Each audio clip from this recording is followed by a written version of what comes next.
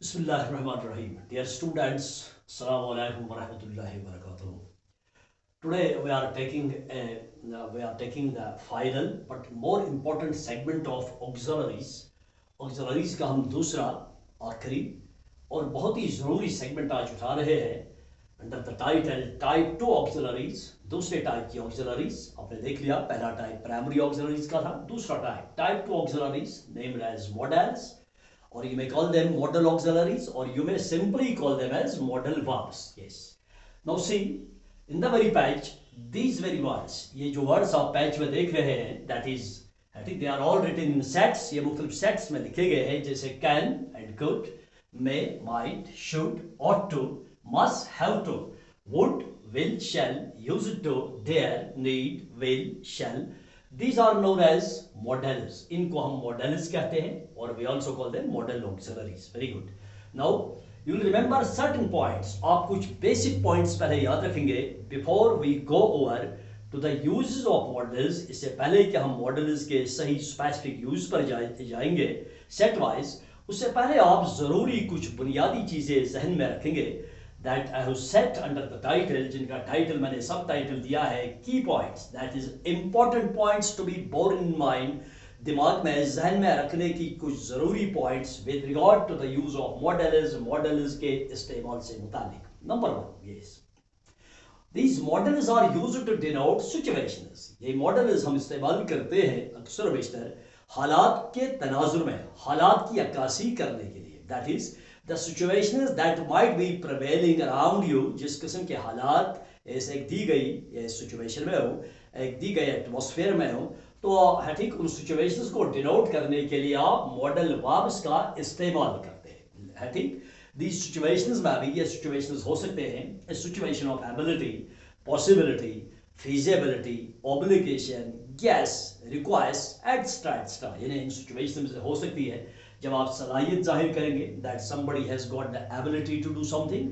आप ये कहना चाहते हैं कि किसी बंदे या बंदी के अंदर ये सलाहियत है, ये काबिलियत है कि वो कुछ कर सकता है. To denote his or her capability, you use a modal verb. इसी तरह when you see that certain things are possible is in the prevailing so to say atmosphere, कि आसपास के माहौल में the prevailing environment, some things are possible, किसी चीज़ के होने या ना होने का इम्कान है. So when you strike a possibility, you use a model. Like that, when you mean that it is obligatory to do something, जब आपका मतलब हो कि कोई काम करना लाजमी है, फर्ज है, we are so to say very much bound under law, yes, under morality, under didactics, क्या है ठीक, ये इस कानून के तहत या इखलाकिया के तहत हमें कुछ करना हम पर लाजिम है, फर्ज हम पर है, तो you use a certain model. Like that, when you mean that it is feasible, that is it is good, yes, to do something, जब आपका मतलब ये हो कि कोई काम करना बड़ा अच्छा है, it suits us as gentlemen or gentlewomen, वैसे gentlemen, gentlewomen हमें ये ज़ेब देता है करना, तो you use a certain model.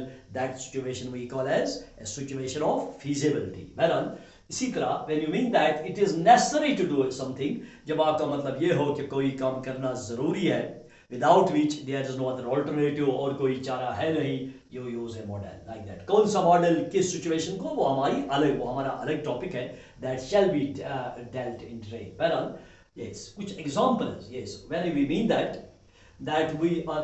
these models are used to denote situations, कि ये models हम I think इस्तेमाल करते हैं situations को denote करने के लिए. I think let me take 2 illustrations, एक दो मिसालें देते हैं. I think let us strike a situation of ability. चलो ability की बात करते हैं.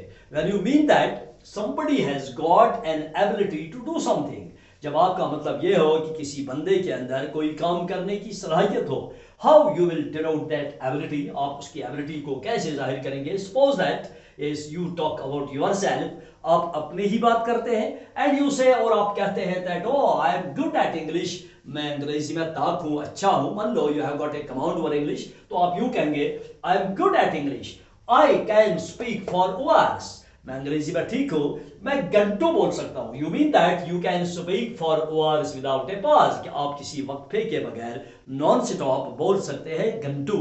So how you have denoted your ability, you have used the model can. So in this very situation, We have used a modal auxiliary or modal verb can to denote that somebody has got the ability. Very good. When I say I can speak for hours, I mean to say I have, मेरे कहने का मतलब ये है, I have the ability to speak for hours. Yes. Let us take another possibility, another situation of possibility. When you mean that something is possible now or in future, जब आपका मतलब ये हो कि कोई किसी काम के होने का इम्कान है, ठीक, अभी है या मुस्तकबिल में है, you use modal may, you use modal might, you also use modal can, है ठीक. लेट अस इमेजिन, चलो अंदाजा करते हैं. यू लुक आउटसाइड, आप बाहर देखते हैं, एंड मान लो that the sky is overcast with clouds, ये द स्काई इज ग्लूमी, और आपको नजर आता है कि आसमान आबूरालूदा है, बादलों से घिरा हुआ है. तो आप यूं कहेंगे, आप कहेंगे द स्काई इज क्लाउडी और the sky is gloomy, yes, or the sky is overcast with clouds. फिर आप स्ट्राइक करते हैं पॉसिबिलिटी, इट मे रेन, बारिश हो सकती है. आपके कहने का मतलब यह है that there is a possibility of rain. So this model may denotes a situation of possibility here.